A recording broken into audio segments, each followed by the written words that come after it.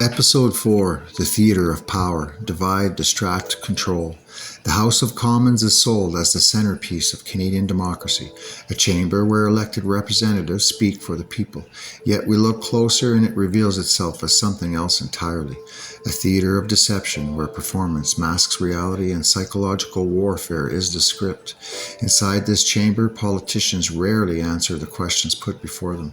Instead, they dodge, deflect, and recite rehearsed talking points written to control the narrative. Serious questions about corruption, accountability, or public suffering are met with scripted responses designed not to inform, but to distract. It is a masterclass in misdirection, a game of words where the goal is not truth, but control of perception. Theatrics dominate the stage. Politicians shout across the aisle, hurl insults, and perform outrage for the cameras. To the public, it looks like a fierce debate. In reality, most decisions are already made behind closed doors, where deals are struck, alliances formed, and policies shaped without public input. What unfolds on the floor is a carefully orchestrated display, a circus meant to entertain, divide, and distract citizens from where power truly lies. The Governor-General, unelected and tied to the crown, remains a reminder that real authority does not rest with the people. Meanwhile, the seats of Parliament are filled mostly by lawyers, economists, and career politicians. Individuals trained in systems of manipulation, rhetoric, and policy, not in representing ordinary citizens. Their expertise lies in navigating loopholes, exploiting language, and shaping laws to preserve control, not in serving the people who elect them. And when scandals erupt, as they often do, citizens see the same cycle repeat. Arrive-Can, SNC-Lavalin, WE Charity, billions in taxpayer dollars vanish into corruption, mismanagement, or conflicts of interests. Investigations are promised, committees are formed, but no one is held accountable. Officials remain untouchable, protected by the very system they are supposed to serve. They stand above the law, immune to consequences, while citizens carry the weight of their failures. At the same time, Canadians face mounting crisis. The cost of living soars, housing is out of reach, addictions and homelessness spread, and health systems collapse. Yet the ruling class continues to live in luxury, jet-setting across the globe, enjoying perks and privileges far removed from the people they govern. The contrast grows sharper each year. But theater never stops, because keeping citizens distracted is the key to control. Divide and conquer remains the oldest and most effective strategy. Citizens are split into left and right, liberal and conservative, fringe and extremist. Families argue, communities fracture, and cultures clash, all while the enemies of democracy tighten their grip.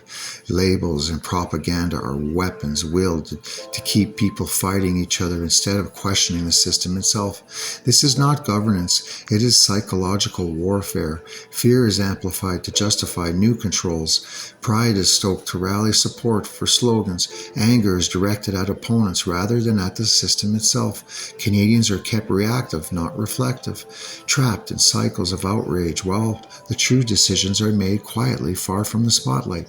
Media completes the illusion with billions in government funding. Major outlets rarely challenge the system itself. Instead, they echo officials' narratives, amplify division, and bury stories that expose deeper truth. The coverage is carefully shaped to reinforce emotional triggers, ensuring that citizens remain distracted, polarized, and disempowered. This theater endures because it feels familiar. Canadians are taught from childhood that Parliament is the voice of the people. The elections equal representation, yet the truth is harsher. The show is scripted, the debates are staged, and the outcome is rarely in the people's hands.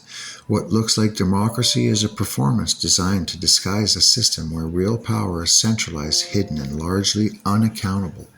History shows that governments rely on theater to survive. The Romans offered bread and circuses. Canada offers soundbites, scandals, and staged outrage. Both serve the same purpose, to distract the people while rulers tighten control. The question is no longer whether Canada has democracy, but whether Canadians can see past the theater. If citizens continue to accept the performance as reality, the illusion will hold. But if they recognize the tactics, the dodged questions, the psychological manipulation, the divide and conquer strategies, the curtain may finally begin to fall. The actors perform, the audience watches, but the script is breaking down. Beyond the stage lies the truth. A system not not of representation, but of control, and the cracks in the theater walls are starting to show.